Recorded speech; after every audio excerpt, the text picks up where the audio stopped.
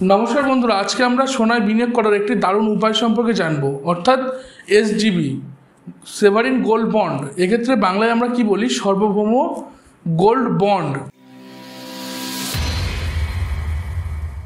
এসজিবি অর্থাৎ সেভারিন gold bond. এই যে সোনা অর্থাৎ গোল্ড বন্ড আমরা যেটা কিনছি সেটা আমরা অ্যাকচুয়ালি একটা কন্ট্রাক্ট, এটা আমরা কাদের সঙ্গে করি? ভারত সরকারের সঙ্গে। ভারত সরকারের সঙ্গে আমাদের একটা চুক্তিপত্র অর্থাৎ একটা এগ্রিমেন্ট পত্র, সেটাকে আমরা বন্ড বলছি এখানে। এই বন্ডের মাধ্যমে আমরা একটা সোনার প্রাইস, অর্থাৎ এক্ষেত্রে আমরা 1 গ্রাম সোনার যে প্রাইস হবে সেই প্রাইসের উপরে আমরা কিন্তু গোল্ড বন্ড কিনতে পারবো। এক্ষেত্রে আমরা কি করি? ফিজিক্যাল সোনা যেটা আমরা কিনে ইনভেস্ট আকারে আমরা যেগুলো কিনে আনি এবং লকার বা সোনার গয়না করি, সেক্ষেত্রে আমাদের ফিজিক্যাল গোল্ডটা বেশি প্রয়োজন হয় এবং সেখানে কিন্তু মেকিং চার্জেস বা ইত্যাদি ইত্যাদি থাকে। এক্ষেত্রে এই জায়গাটা এড়ানোর জন্য ভারত সরকার কিন্তু গোল্ড বন্ড নামে একটা সিকিউরিটি এখানে ইন্ট্রোডিউস করেছে এবং এই সিকিউরিটির মাধ্যমে আপনি সোনার দামে একটা বন্ড সেটা আপনি বাই করতে পারবেন।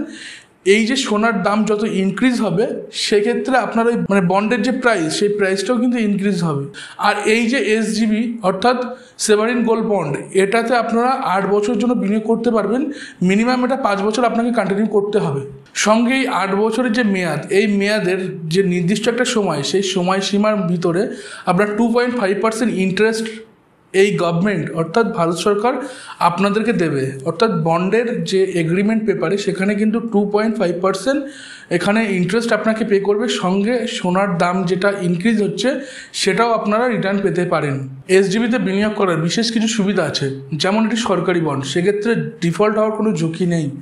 এছাড়াও এটি গোল্ডের প্রাইসের সঙ্গে সঙ্গে মুভ হয়, সেক্ষেত্রে আপনাদের এখানে লাভটা বেশি হতে পারে এবং আপনি যে ফিজিক্যাল গোল্ড আর গোল্ড বন্ড তার ভিতরে কোনো ডিফারেন্স পাবেন না।